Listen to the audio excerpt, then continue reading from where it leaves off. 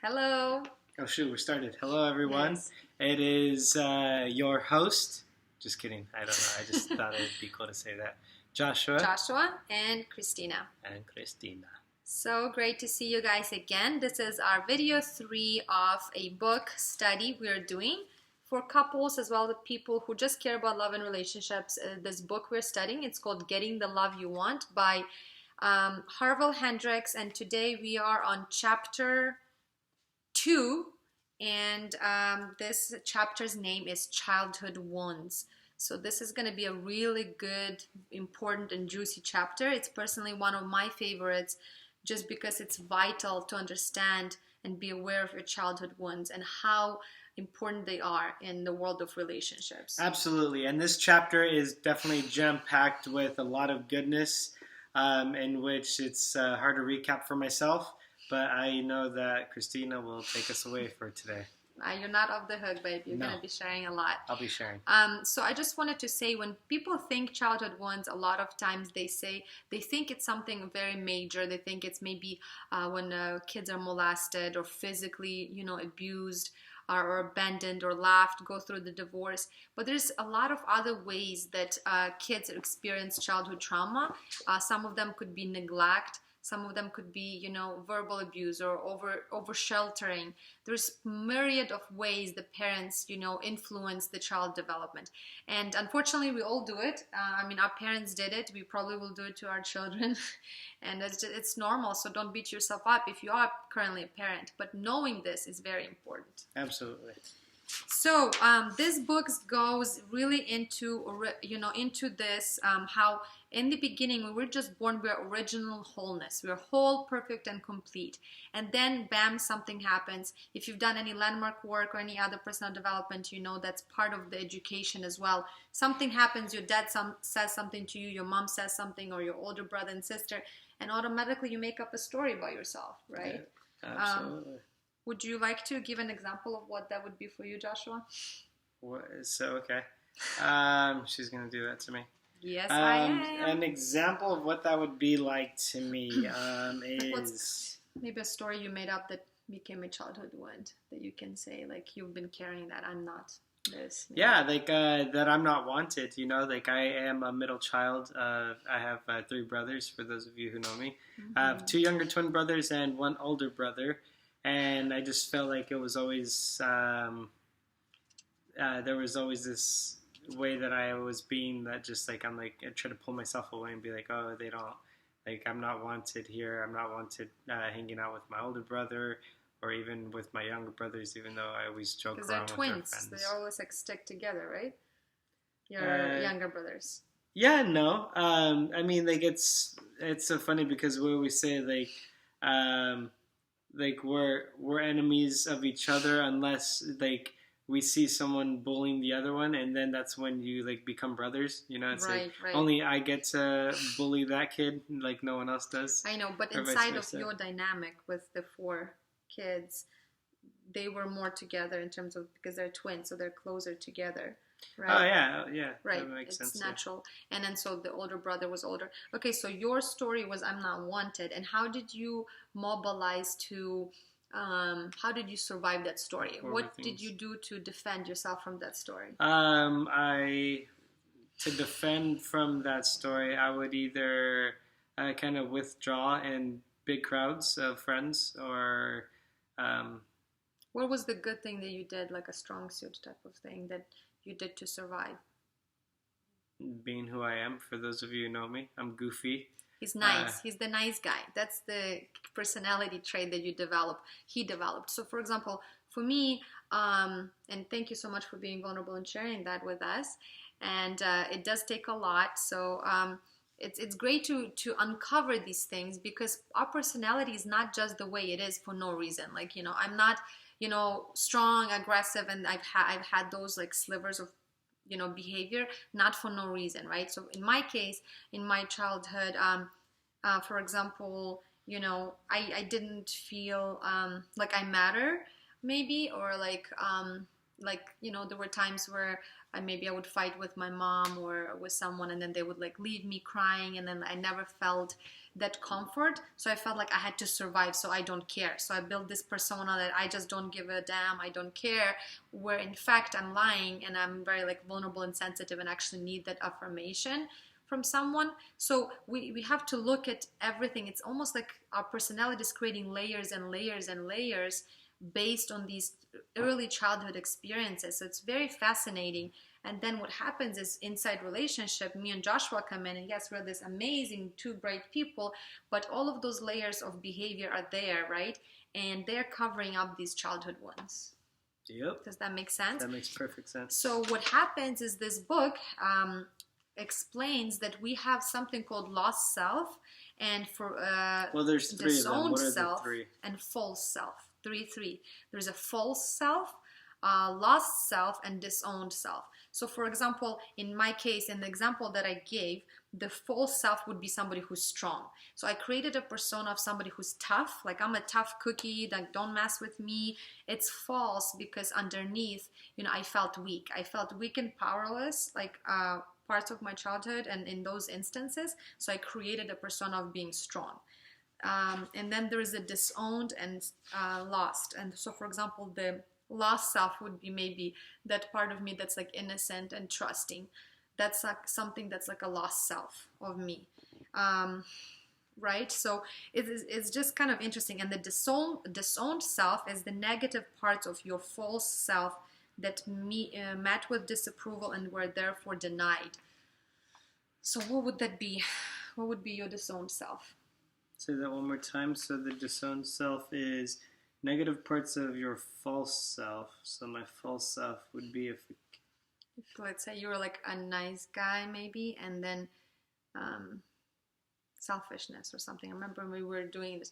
We're trying to figure this out as we go. We've kind of like reread this again, and we did this test and everything, but this is very interesting. So like the disowned self would be maybe a selfishness. Like we try to project it on someone else, on our partner or someone else, but yet we have those traits of character of like being selfish or greedy, but we project it on someone else. I think mine was being angry, right? Oh yeah, that's right. Yeah, yours is angry because I'm like the angry one in the relationship. But it's interesting because what we're discovering is that we have the qualities of each other. So we have the qualities that are repressed that we find in our partner because it's almost like we project them onto them. Does it make sense? So for example, Joshua has a lot of... Does it make sense? I hope it makes sense. So Joshua, for example, has a lot of anger, but he has not, because it's a bad thing to express in his childhood, he has to be the nice guy, right? So he represses it, and then so once we come into a relationship, he projects it onto me, and then I overexpress it. And what's interesting is that this is like a fascinating dynamic. Once you start analyzing and being aware of all those layers, you really see how incredible this whole imago relationship match thing is and how much we can learn from each other. Mm-hmm. Right, baby? I express my anger through you. That's right. And so this is exciting. Okay, so, it looks bleaker at first, so stay with us because it's really...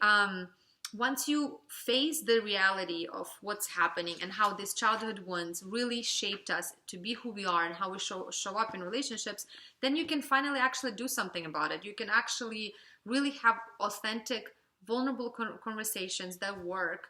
And otherwise, it's all honestly built on superficial stuff. It's very surface relationship. So I'm very excited, to be honest with you, to be like a part of a conscious partnership with Joshua and to do this work with him. Just treating this relationship as a spiritual vehicle for growth and for love and transformation.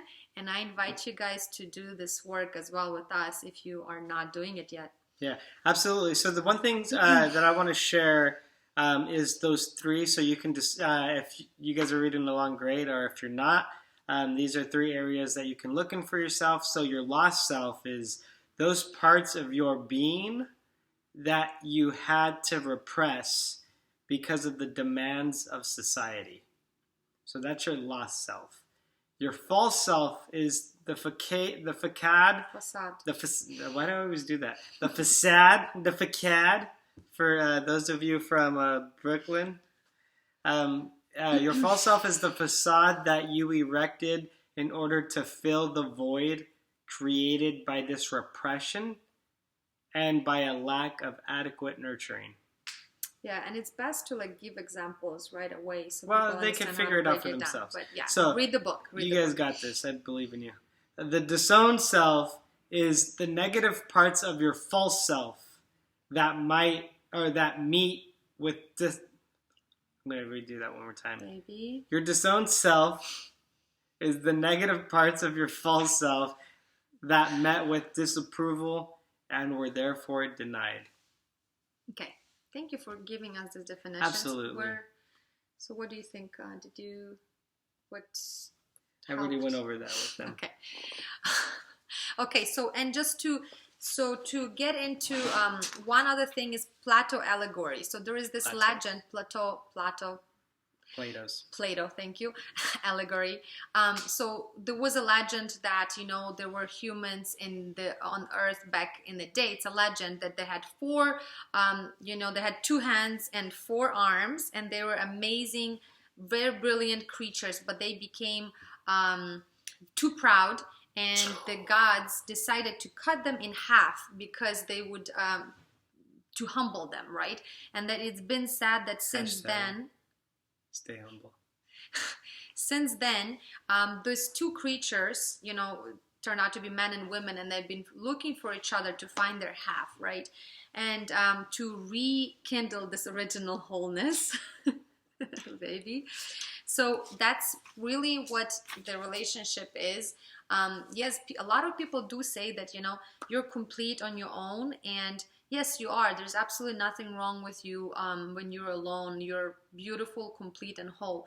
But I do believe, and so does Joshua, is that when we're in a relationship, we really are able to have this mirror with us and discover together our true original wholeness, which is all my repressed self, all my projections, everything is coming up in Joshua and my partner. And it's a way to just create that wholeness and to kind of see everything. So you will have this amazing knowing when you find the one, as they say, and when it's your imago match. Harville says that you will have this knowing, like you've met this person and you've known them forever, and you're like, wow, I feel like I've been with them forever, or I've known them. So let me know if you guys have felt like that with your current partner, or maybe in the past. But pretty much when you have that knowingness, that means that your partner has the similar imago traits that your caretakers had. So what is happening is we are able to relive those childhood wounds, and Harville suggests that we are actually yearning to relive them again in order to heal them. So pretty much I'm finding Joshua, and the things he does really reminds me of how I was treated as a child with my mother or my father or my caretakers. So there's an opportunity to go through those scenarios again and heal and grow. Yeah. Beautiful. Okay. All right. Yeah, so with all that being said, don't ever be afraid to subscribe to our YouTube channel. Mm-hmm. And also, just share, subscribe, and comment, and we would love an open discussion. I know this kind of topic sometimes could be vulnerable, and not everybody likes to share, but you can always free to message us, or message, comment, or whatever we do nowadays, right? Yeah. DM. Slide into our DMs. As always, don't forget to #hustle. #hustle. Bye, guys. We love you so much, and we'll see you next Monday. Bye.